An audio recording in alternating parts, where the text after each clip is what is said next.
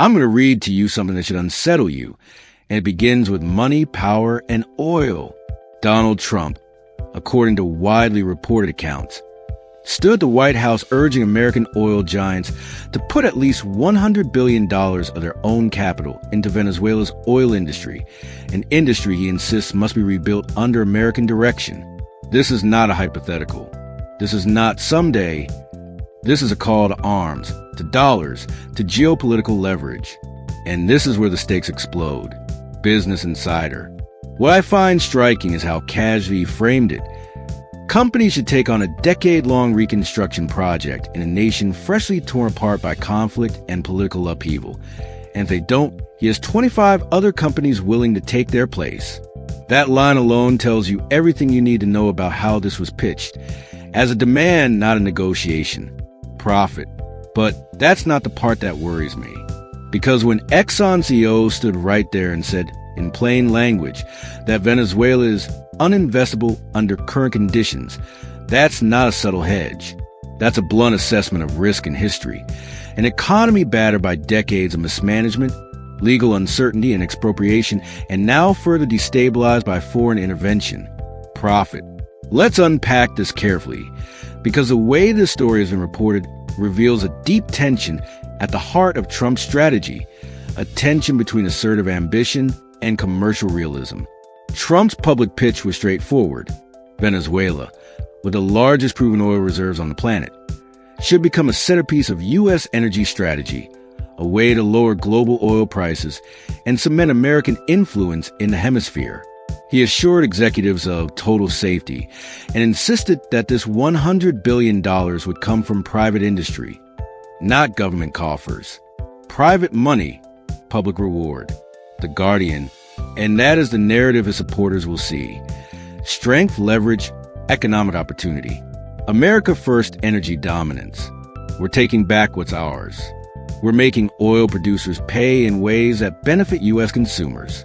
That's a powerful story for an audience that prioritizes economic and energy security. But here's where the plot thickens. Exxon's boss didn't cheer. He didn't rush to sign on. What he did was highlight a litany of unresolved structural problems, legal frameworks that are unstable or non-existent, a history of nationalization and asset seizure, and no guarantee of sustained security or reliable returns. He said unequivocally that under current conditions, Venezuela is not a place where his company is ready to commit tens of billions of dollars. Profit. That's not caution.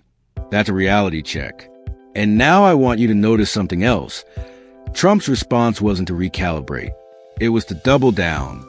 He signed an executive order to block U.S. courts from seizing Venezuelan oil revenues held in U.S. Treasury accounts, effectively asserting that the United States will control those billions of dollars and shield them from legal claims. This move, he says, is to stabilize Venezuela's economy, but also concentrates financial control in Washington's hands. AP News. Let's be clear about what this signals. He is asserting unilateral control over another nation's natural resources, not through diplomacy, not through sustained multilateral engagement, but through executive fiat backed by military and financial force. This is a part that both supporters and critics should find disquieting. What does it mean when the U.S. government signs an order saying that Venezuelan oil profits belong first to the United States, immune from legal challenge? I don't think most commentators have fully grappled with that question. From one angle, Trump's gambit is pure leverage. It's a demonstration of power to the oil companies, to foreign governments, to geopolitical rivals. It is, if you want access to Venezuelan oil, you will deal through Washington and under terms set by the U.S. That's straightforward strategic positioning. Yet here's the contradiction.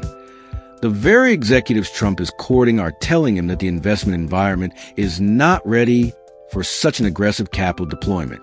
That's not speculative.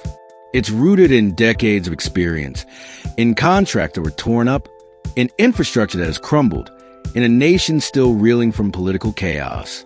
Profit. This raises a critical question that is being glossed over. If the conditions aren't right for investment, if companies won't commit their money without sweeping legal and security reforms, then what exactly is being sold here? Is this a plan to rebuild Venezuela's oil industry, or is it a plan to assert U.S. dominion over another nation's resources? And that is where this story crosses a line into something more dangerous. Because Trump's framing is not just about economics, it's about legitimacy. Think about the implications of a presidency asserting control of another country's revenues, then publicly urging or pressuring private industry to invest massive sums in that country's natural resources. Does that sound like an economic development strategy? Or does it sound like a geopolitical grab? Critics argue that this reeks of opportunism, of imperial overreach, and of a willingness to destabilize global norms for short-term gain. They point to the risks inherent in re-entering a market that has been deemed uninvestable, and to the possibility that U.S. taxpayers might end up underwriting the costs while private firms reap profits. That is a narrative with teeth, and it resonates especially with those wary of unchecked presidential power. But Trump supporters will push back, and their argument is equally simple. The United States has the right to assert itself where it sees fit, particularly in the Western Hemisphere. They will argue that energy dominance strengthens national security, that opening Venezuelan oil fields will bring down fuel prices, and that U.S. capitalism can succeed where others have failed. Here's where this becomes dangerous. Both sides of this debate assume something that isn't being questioned enough, that the U.S. has not only the right, but the practical ability to shape Venezuela's oil future on its own terms. That assumption is being tested right now in boardrooms where CEOs are weighing legal risk, in congressional offices where lawmakers are scrutinizing presidential authority, and in international capitals where the news of this meeting has been greeted with a mix of astonishment and apprehension. And let's not forget the human element of all this. Behind the rhetoric of barrels and billions are people in Venezuela grappling with displacement, economic hardship, and political uncertainty after years of crisis.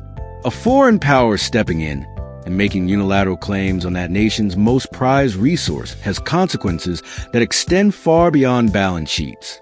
So I want you to consider this. Does the insistence on total safety for corporations, an assurance that the U.S. government will shield them from risk, really translate to total safety for the Venezuelan people? Or does it mean something quite different? That U.S. interests will be protected regardless of the cost others? That is the uncomfortable question being asked here. And even now, as Trump touts investment and opportunity, there are no actual commitments. There are expressions of interest, cautious optimism from some firms, and a stark refusal from others to jump without guarantees that haven't been promised. There's talk of legal reform, security guarantees, and a future payoff, but none of it is real capital flowing into the ground today, which means this confrontation between political ambition and commercial reality is far from resolved. The oil CEOs who say Venezuela is uninvestable have delivered a reality check that undercuts the bravado of the political message. They are telling Trump implicitly that money will not follow mandates. It will follow conditions. And that mismatch is where the next chapter of this story will be written. Because the tension isn't simply about investment or oil. It's about who sets the terms in the global order and how far a U.S. presidency can push that boundary before fundamentals, legal, economic, and diplomatic, push back. I don't know what the next move will be. I don't know whether these companies will eventually commit billions or simply hedge and wait. I don't know whether Venezuela's legal framework will be reformed in time or whether this effort will fizzle into another geopolitical footnote. But I do know this. What just happened wasn't business as usual. It wasn't a calm negotiation.